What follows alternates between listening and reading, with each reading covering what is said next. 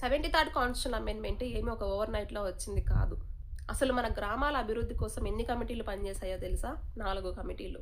అందులో మొదటిది బలవంతరాయ్ కమిటీ గురించి మనం లాస్ట్ వీడియోలో తెలుసుకున్నాం. ఇప్పుడు అశోక్ మెహతా కమిటీ నుంచి ఎల్ఎం సింఘి కమిటీ వరకు తెలుసుకుందాం. అశోక్ మెహతా కమిటీ 1977లో వచ్చింది. దీని యొక్క సిఫారసు ఏంటి అంటే 3 టైర్ స్ట్రక్చర్ అనేది అవసరం లేదు. 2 టైర్ స్ట్రక్చర్ ఉంటే చాలు. ఓన్లీ మండల స్థాయిలో అండ్ జిల్లా స్థాయిలో ఉంటే చాలు అని చెప్తుంది ఈ కమిటీ.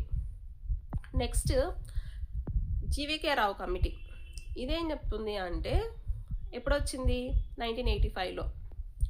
ఇది ఒక ప్లానింగ్ కమిషన్ కమిటీ అన్నమాట. ఏదైనా డెవలప్మెంట్ జరగాలంటే గ్రామ స్థాయిలో పంచాయత్ ద్వారానే జరగాలి.